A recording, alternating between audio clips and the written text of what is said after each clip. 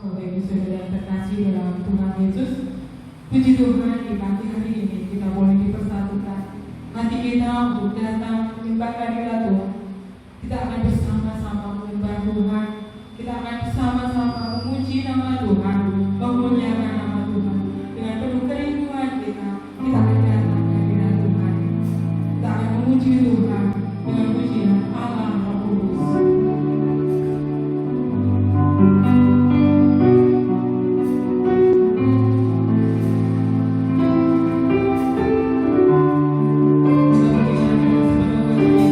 Dengan penuh kerinduan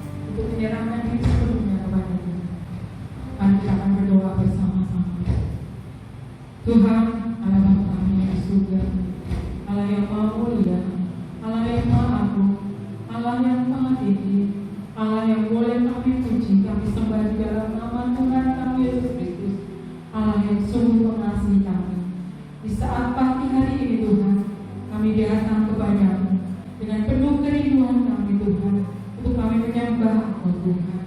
Tuhan Yesus, Allah yang baik, pada saat ini Tuhan, kami ingin bersama-sama Tuhan, untuk sujud di hadapan Engkau Tuhan. Engkau akan memimpin kami, menyertai kami Tuhan dalam ibadah kami pada saat pagi hari ini Tuhan. Kiranya Tuhan, Engkau akan mengenal kami, menguasai hati dan pikiran kami Tuhan, untuk kami datang kepada Engkau Tuhan. Kami menyerahkan Tuhan ibadah ini Tuhan, dari awal pertemuan hingga akhir, ke dalam tangan kasih kuasa Tuhan yang akan terus memimpin kami, Tuhan yang akan terus menyertai kami Tuhan. Kami menyerahkan Tuhan untuk hamba-Mu yang akan menyampaikan firman Tuhan, biar Tuhan sendiri yang akan tutup bungkus dengan doa kami Tuhan, sehingga firman Tuhan yang disampaikan oleh Tuhan boleh menjadi berkat bagi kami semua yang mendengarkan. Kami menyerahkan Tuhan ibadah kami pada saat pagi hari ini Tuhan, ke dalam tangan kasih Engkau. Tuhan berkenan hadir di tempat ini, hadir menguasai hati dan pikiran kami. Terima kasih Tuhan, dalam nama Tuhan kami Yesus Kristus kami berdoa dan mengucap syukur. Amin.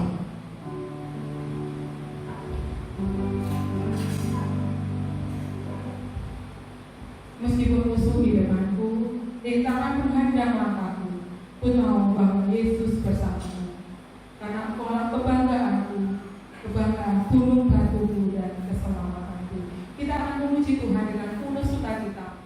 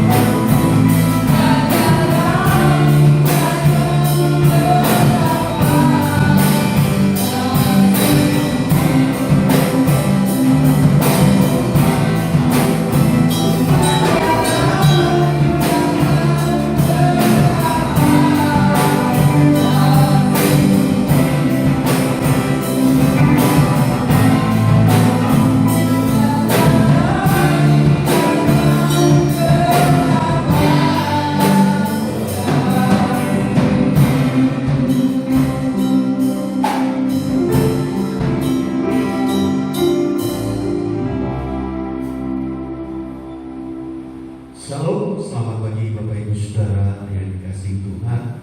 Kita sungguh bersyukur bila mana hari ini kita kembali bersama-sama dipertemukan di dalam ibadah.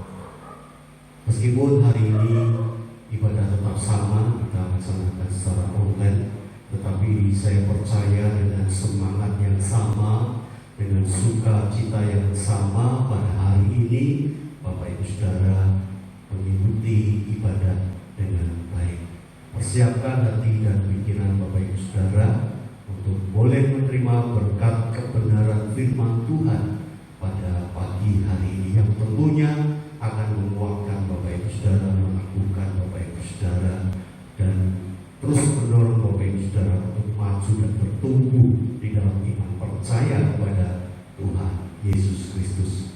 Sebelum kita akan bersama-sama belajar kebenaran firman Tuhan, saya mengajak Bapak Ibu Saudara untuk tunduk kepala. Kita akan berdoa mohon pimpinan yang daripada Tuhan.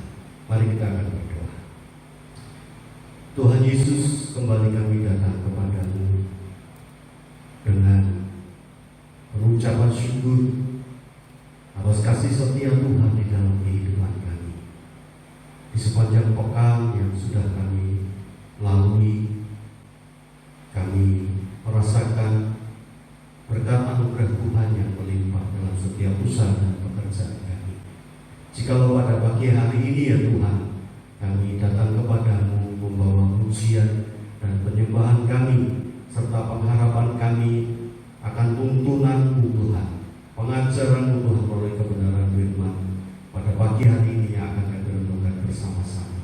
Kami memohon kemurahan Tuhan supaya kebenaran firman-Mu pada pagi hari ini akan semakin menuntun langkah kehidupan kami, untuk hidup kami semakin menyenangkan Engkau. Terima kasih Bapak di surga, kami menyerahkan pemberitaan firman-Mu dari awal pertengahan hingga akhir. Di dalam nama Tuhan Yesus kami berdoa. Amin.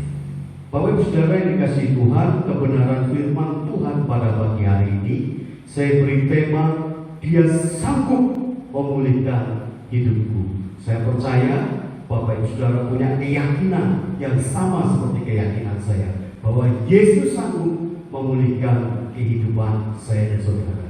Adapun firman Tuhan terambil dari kitab Injil Markus pasal yang ke-5 ayat 25 sampai dengan ayat yang ke-24.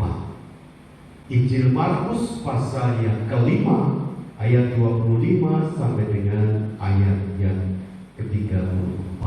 Saya akan membacakannya bagi Bapak Ibu Saudara, dan Bapak Ibu Saudara di rumah silakan menyimak dan merenungkannya.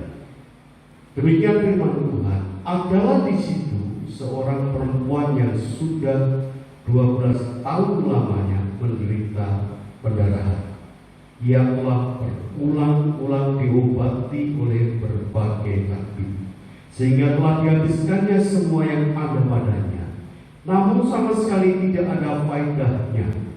Malah sebaliknya, keadaannya makin memburuk. Dia sudah mendengar berita-berita tentang Yesus, maka di tengah-tengah orang banyak itu ia mendekati Yesus dari belakang dan menjamah jubahnya. Sebab katanya, asal ku jamah saja jubahnya, aku akan sembuh. Seketika itu juga berhentilah pendarahannya, dan ia merasa bahwa badannya sudah sembuh dari penyakitnya. Pada ketika itu juga Yesus mengetahui bahwa ada tenaga yang keluar dari dirinya. Lalu ia berpaling di tengah orang banyak dan bertanya, siapa yang menjamah jubahku? Murid-muridnya menjawab, engkau melihat bagaimana orang-orang ini berdesak-desakan dekatmu, dan engkau bertanya siapa yang menjamah aku? Lalu ia memandang sekelilingnya untuk melihat siapa yang telah melakukan hal itu. Perempuan itu yang menjadi takut dan gemetar ketika mengetahui apa yang telah terjadi atas dirinya, tampil dan tersungkur di depan Yesus, dan dengan tulus memberitahukan segala sesuatu kepadanya. Maka katanya kepada perempuan itu, hai anakku, imanmu telah menyelamatkan engkau. Pergilah dengan selamat dan sembuhlah dari penyakitmu. Bapak Ibu yang dikasihi di dalam Tuhan Yesus Kristus, banyak orang berkata bahwa sehat itu mahal harganya. Mungkin bagi saudara yang pernah mengalami sakit, pernyataan ini merupakan satu kebenaran yang Bapak Ibu Saudara akan mengiyakannya, membenarkannya. Demikian pula dengan saya, Bapak Ibu Saudara. Saya pernah mengalami sakit dan perlu biaya banyak untuk dapat kembali sembuh. Bagi orang yang banyak uang akan berani membayar mahal ketika ia sakit dan ingin sembuh dari sakitnya. Rumah sakit yang dipilihnya juga rumah sakit yang tidak mahal, pasti rumah sakit yang mahal. Dokter pilihan, dokter yang terbaik, dan obat yang dikonsumsinya juga terbilang cukup baik dan tentu saja mahal. Uang tidak jadi masalah, yang penting bisa sembuh. Itu yang dilakukan oleh kebanyakan orang yang memiliki uang yang banyak, cukup hartanya. Ketika ia sakit pasti akan berobat kemanapun, dimanapun, dan apapun dilakukan supaya bisa sehat. Saudara, hal ini juga rupanya dilakukan oleh perempuan yang dikisahkan di dalam Alkitab yang sudah 12 tahun mengalami pendarahan. Ayat 26 berkata demikian, Markus 5 ayat 26. Ia telah berulang-ulang diobati oleh berbagai tabib, sehingga telah dihabiskannya semua yang ada padanya. Namun sama sekali tidak ada faedahnya, malah sebaliknya keadaannya makin memburuk. Saudara yang dikasihi Tuhan, mungkin apa yang dialami wanita ini juga pernah terjadi dalam kehidupan saya dan saudara atau keluarga kita. Itu bisa saja terjadi, dan kemana-mana pasti akan berupaya supaya bisa sembuh, berobat kemana-mana supaya sakitnya dapat diobati. Tetapi bagaimana kalau sakit itu tak kunjung sembuh? Ada orang yang gelap mata, Bapak Ibu Saudara, lalu mencari cara bagaimana ia bisa sembuh. Tidak sedikit orang yang akhirnya karena tidak sembuh dari sakitnya memutuskan untuk bunuh diri. Lalu ada juga, Bapak Ibu Saudara, ada orang yang mencoba mencari pengobatan alternatif untuk sakit yang dialaminya. Kalau ada orang Kristen, apalagi jemaat Gereja Baptis Indonesia Prambanan yang melakukan hal ini, saya mengatakan kepada Bapak Ibu Saudara, bertobat. Tidak diperkenankan orang percaya, orang Kristen untuk datang ke dukun, untuk datang ke orang-orang pintar, paranormal, untuk dapat disembuhkan sakitnya. Karena kita yakin, percaya Bapak Ibu Saudara, bahwa Yesus adalah sumber satu-satunya. Tabib di atas segala tabib, dokter di atas segala dokter. Dialah penyembuh saya dan saudara. Sekalipun saudara yang dikasihi Tuhan, kesembuhan bukan yang utama dari dalam kekristenan. Tetapi saya mau katakan kepada saudara bahwa di dalam Yesus pasti ada kesembuhan. Di dalam Yesus pasti ada pengharapan. Dan di dalam Yesus pasti ada pemulihan. Itulah iman, Bapak Ibu Saudara. Iman yang kita bangun selama ini dengan perjalanan yang tidak mudah, dengan perjalanan yang panjang, banyak tantangan. Keyakinan inilah yang harus tetap kita pegang teguh, tak tergoyahkan oleh apapun juga. Dunia boleh berubah, tetapi kuasa dan kasih Tuhan Yesus Kristus tidak pernah berubah. Persoalannya, Bapak Ibu Saudara, bukan pada Tuhan, tetapi persoalannya justru pada kita manusia. Jika kita ragu akan kebesaran kuasanya, maka kita sesungguhnya sedang meragukan kealahan Tuhan Yesus Kristus, kuasa dan kasih Tuhan Yesus dalam kehidupan saya dan saudara yang sudah dinyatakan. Kematiannya di atas kayu salib itu menyatakan kuasa dan kebesaran Tuhan Yesus Kristus kepada kita manusia, dan sekaligus pernyataan kasih-Nya. Kurangkah itu Bapak Ibu Saudara untuk saya dan saudara? Sehingga ketika kita sakit, kita bukan datang kepada Tuhan, tetapi kepada yang lainnya. Saudara yang dikasihi di dalam Tuhan Yesus Kristus, wanita yang mengalami pendarahan itu berada pada titik terlemah dalam hidupnya. Mengapa demikian? Karena ia sudah habiskan segala-galanya untuk bisa sembuh. Dia berobat ke sana kemari, uangnya dihabiskan supaya ia bisa berobat dan mengobati sakitnya. Tetapi kita baca Bapak Ibu Saudara bahwa semua sudah habis, tetapi keadaannya tidak menjadi baik, malah semakin buruk. Nah, sewaktu Tuhan Yesus berjalan lewat, ia mencoba mendekati Tuhan Yesus dengan diam-diam. Ia tidak berani berterus terang, sama seperti Bartimeus yang berteriak-teriak kepada Tuhan Yesus memohon pemulihan. Pertanyaannya, mengapa perempuan ini harus mendekati Yesus dengan diam-diam?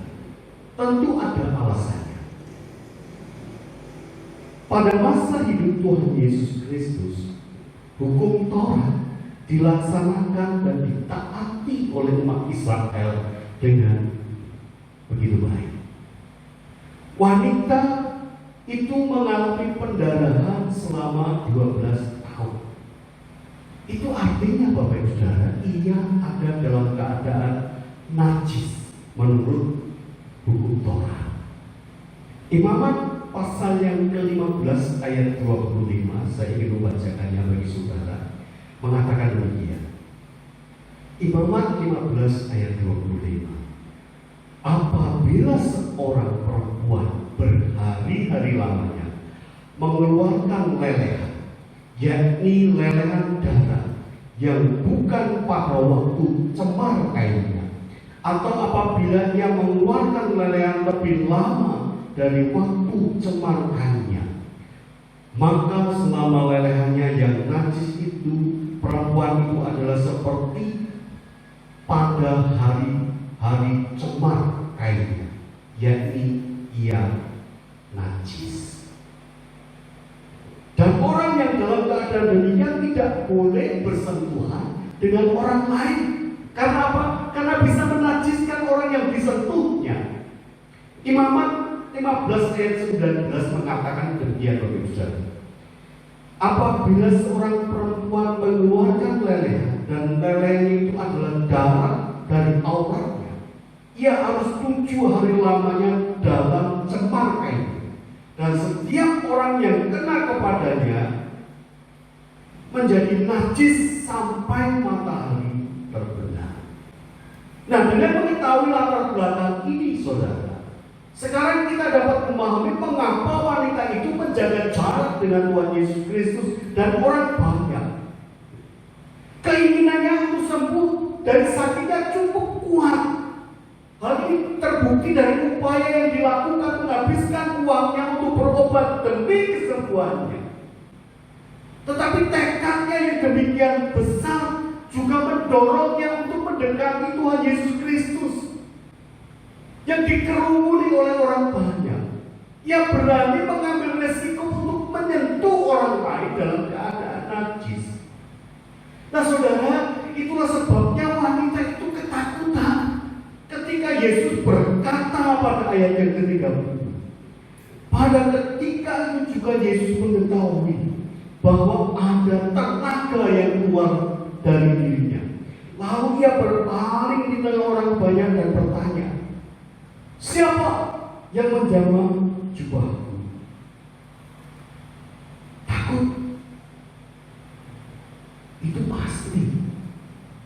Karena Yesuslah yang sedang disentuh oleh perempuan itu.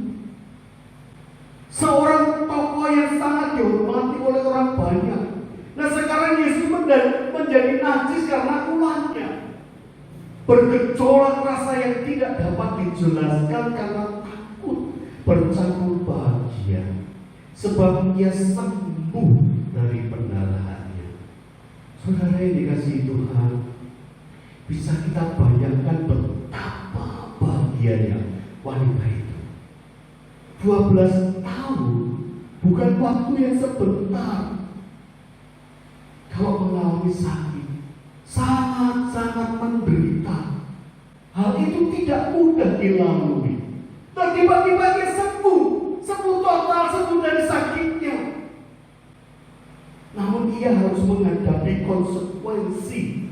Sebab kesembuhannya menyebabkan kenajisan orang lain menurut hukum Taurat.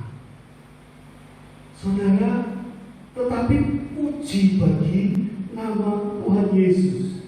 Karena iman dan keinginannya untuk sembuh, ia yang najis dijadikan takdir oleh kasih dan kuasa Tuhan Yesus Kristus.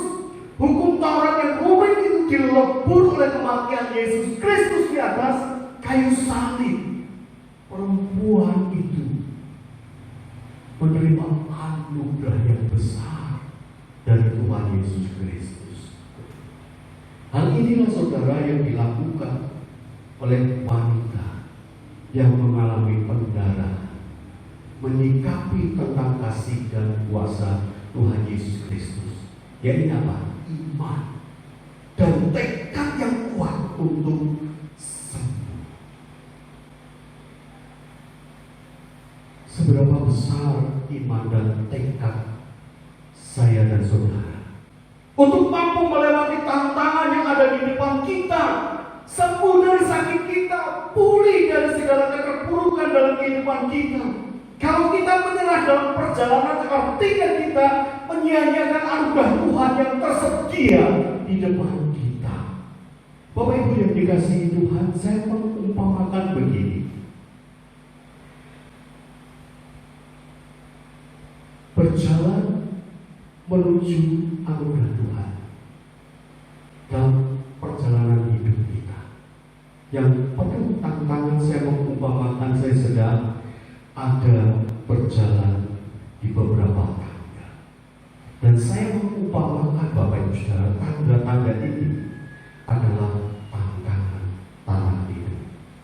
Saya ingin menuju salib Kristus, tetapi harus melewati tantangan. Tantangan yang pertama saya sanggup lewat. Kemudian saya menuju tantangan yang kedua.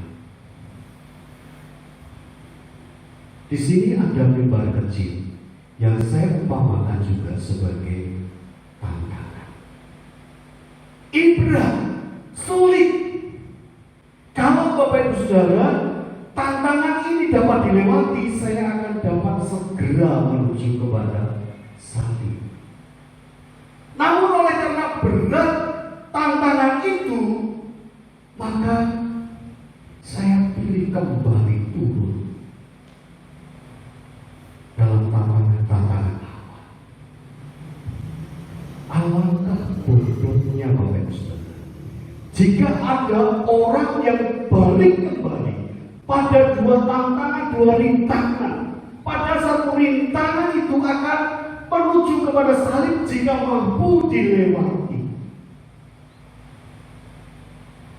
Hal ini kelihatannya mudah Bapak Ibu Saudara, tetapi butuh perjuangan, butuh tekad, keyakinan, iman yang teguh untuk kita sampai kepada salib Kristus dengan tantangan-tantangan yang harus kita lewati. Banyak terjadi orang kemudian mundur, tidak kuat, tidak tahan menjalani iman bersama Tuhan Yesus Kristus.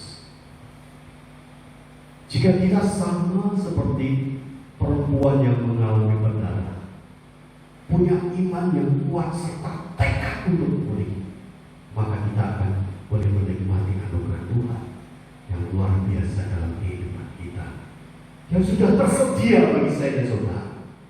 Kemudian yang kedua Bapak Ibu Saudara, setelah sadar bahwa perbuatan yang diketahui Tuhan Yesus Kristus, wanita itu tidak lari dari tanggung jawabnya. Tanggung jawabnya membuat Yesus najis. Ia datang dan tersungkur di hadapan Tuhan Yesus Kristus. Ayat 33 mengatakan, perempuan itu yang menjadi takut dan gemetar ketika mengetahui apa yang telah terjadi atas dirinya, tampil dan tersungkur di depan Yesus dan dengan tulus memberitahukan segala sesuatu kepadanya. Saya percaya bahwa wanita ini tidak berpikir Yesus akan berkata seperti yang tercatat pada ayat yang 34. Ia takut dan gemetar. Tetapi Yesus mengatakan ini. Maka katanya kepada perempuan itu, hai anakku, imanmu telah menyelamatkan engkau. Pergilah dengan selamat dan sembuhlah dari penyakitmu. Oh saudara, ini hal yang luar biasa yang terjadi dan dialami oleh perempuan yang mengalami pendarahan selama 12 tahun. Sikap tulus dan jujur di hadapan Tuhan yang ditunjukkan wanita itu membuat Yesus melegitimasi kesembuhannya yang tadinya diperoleh dengan cara mencuri-curi kesempatan. Ia mengakui bahwa yang dilakukannya salah. Dia tampil ke depan dan tersungkur di depan Yesus. Ia tulus dan jujur bahwa ia sudah sembuh dari sakitnya. Ia akui di hadapan Tuhan Yesus Kristus. Yang artinya apa saudara? Yang artinya ia mengakui bahwa yang dialaminya, yang sedang terjadi dalam kehidupannya, semua datangnya daripada Tuhan. Bukan datang dari yang lain, meskipun ia mencuri-curi kesempatan. Tetapi ia mengakui jujur di hadapan Tuhan. Ia sembuh karena menjamah jubah Tuhan Yesus Kristus. Mari saudara, kita tulus dan jujur di hadapan Tuhan. Seberapa kita kuat menjalani hidup ini tanpa pertolongan Tuhan? Seberapa kita mampu mencapai keberhasilan dalam hidup tanpa campur tangan Tuhan? Jangan pernah sombong di hadapan Tuhan, karena tanpa Dia kita tidak bisa buat apa-apa. Kitab Yesaya 2 ayat 11 berkata demikian. Manusia yang sombong akan direndahkan, dan orang yang angkuh akan ditundukkan, dan hanya Tuhan sajalah yang maha tinggi pada hari. Dua hal yang pasti dalam pembelajaran kita pada hari ini, sesuai dengan konteks kebenaran firman Tuhan yang sudah kita kupas bersama-sama.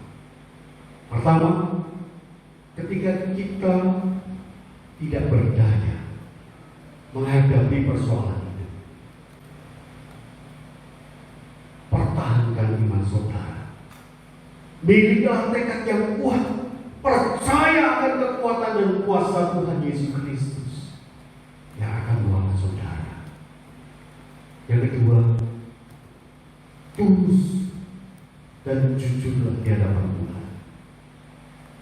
Keberhasilan yang saya dan saudara bisa raih dalam hidup ini pasti ada campur tangan Tuhan di dalamnya.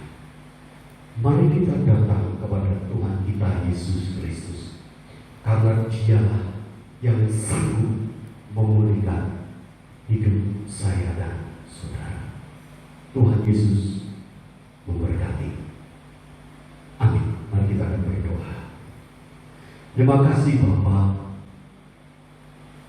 Engkau menyapa kami dengan kebenaran firman-Mu yang sudah kami dengar, kami pahami dan kami renungkan, menjadi satu kebenaran di dalam kehidupan kami, bahwa ketika kesulitan sedang menghadap kami, bahwa ketika kami ada dalam keadaan tidak berdaya, ada satu hal yang harus kami pertahankan di dalam hidup kami, yaitu iman dan tekad yang kuat, meyakini akan kuat kuasa Tuhan yang bekerja dalam kehidupan kami.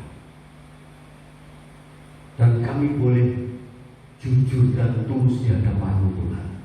Jika kami boleh berhasil menjalani hidup kami, menikmati segala sesuatu dalam kehidupan kami, semuanya oleh karena campur tangan-Mu Tuhan. Engkau yang berperan aktif di dalam kehidupan kami. Kami bersyukur Tuhan atas pembelajaran firman-Mu pada pagi hari ini. Roh Kudus menerangkan firman-Mu ini, sehingga firman ini terus akan menerangi langkah kehidupan kami. Semakin hari kami semakin memuliakan Tuhan, semakin hari hidup kami semakin menyenangkan. Terima kasih Tuhan, kami sambut berkat firman-Mu pada hari ini. Di dalam nama Tuhan Yesus kami berdoa dan mengucap syukur. Amin.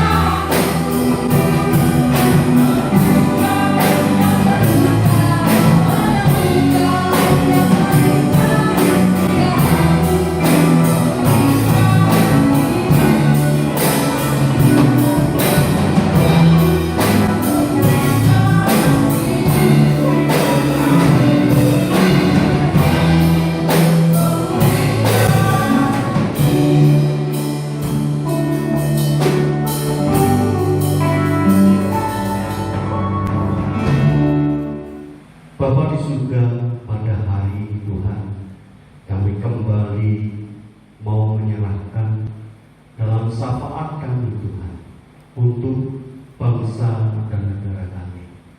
Kami terus mendukung doa sebagai bagian dari bangsa ini Tuhan. Kami mendoakan untuk pemerintahan Bapak Presiden Joko Widodo beserta jajarannya.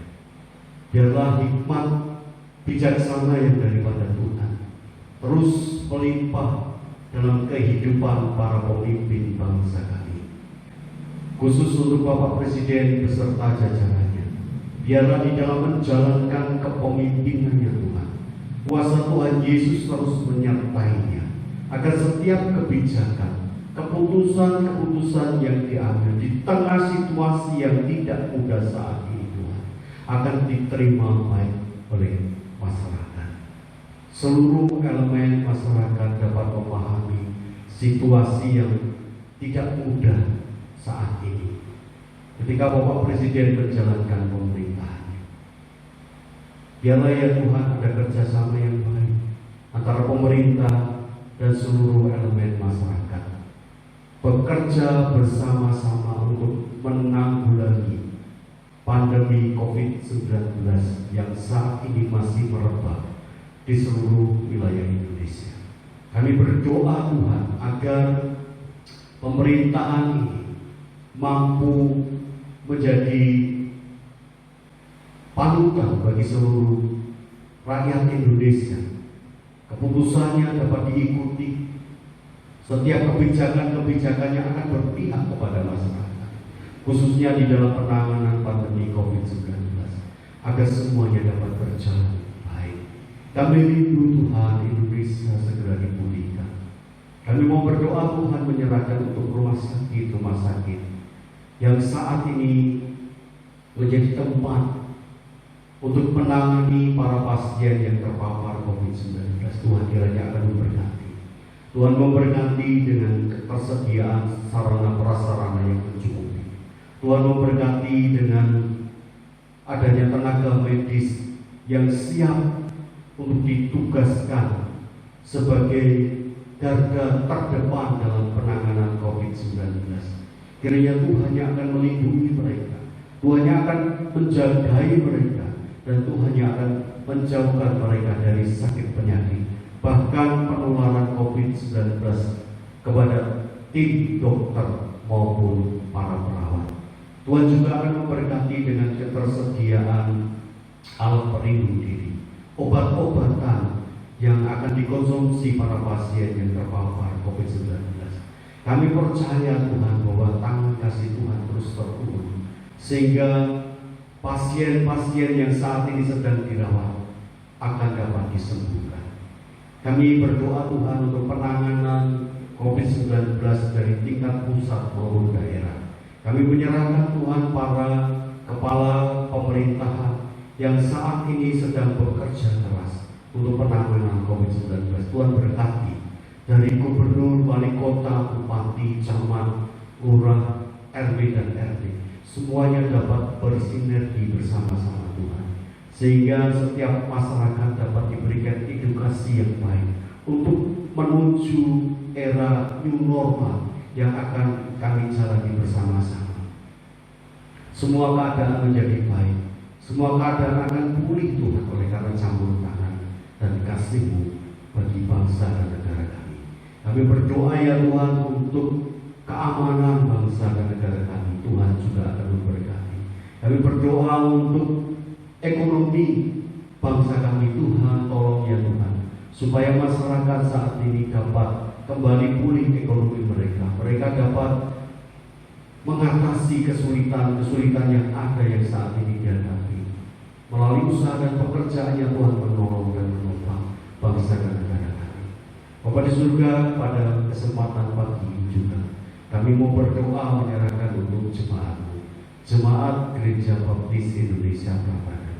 Kiranya Tuhan terus memberkati, Tuhan terus menolong dalam setiap aktivitas yang dilakukan oleh jemaat.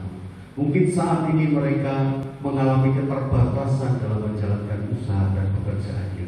Namun kami percaya Tuhan bahwa pertolongan-Mu terus menyatakan kepada setiap jemaat, sehingga dalam usaha dan pekerjaannya mereka dicukupkan dari segala apa yang menjadi kebutuhan mereka hari-hari. Berkati dengan kesehatan, kekuatan, jauhkan dari segala mara bahaya, jauhkan dari segala sakit penyakit, sehingga setiap jemaat Tuhan boleh menikmati kesehatan, kekuatan yang datangnya daripada Tuhan. Apa mau berdoa Tuhan menyerahkan untuk pertumbuhan dan perkembangan jemaat-Mu di tempat ini lebih lanjut. Kami percaya Tuhan bahwa pertumbuhan secara rohani akan terus dapat dinikmati oleh jemaat-Mu. Jemaat-Mu dewasa dan semakin mengasihi Tuhan. Secara kuantitas Tuhan kami percaya Tuhan bahwa jemaat-Mu akan semakin bertumbuh, jiwa-jiwa baru boleh dimenangkan.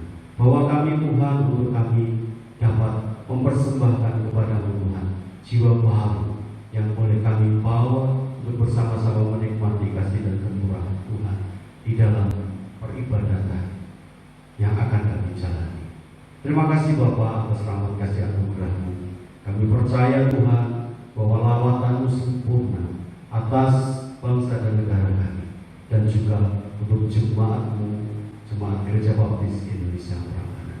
Kami serahkan Tuhan doa syafaat kami, hanya di dalam nama Tuhan Yesus kami serahkan pada hari ini Tuhan ke tangan Tuhan kuasa. Oleh surga, kalau sebentar kami akan mengakhiri seluruh rangkaian acara ibadah online pada pagi hari ini. Kami mohon berkat Tuhan turun atas setiap kami. Jemaat Tuhan, arahkan hati untuk menerima berkat yang daripada Tuhan. Tuhan memberkati saudara dan melindungi saudara-saudara semuanya. Tuhan menghadapkan wajahnya dan memberkati saudara semuanya. Terimalah berkat yang dari Allah Bapa, Tuhan kita Yesus Kristus, serta Roh Kudus. Kiranya kasih setia Allah menyertai saya dan saudara sekarang dan sampai selama-lamanya. Terpujilah nama Tuhan. Amin.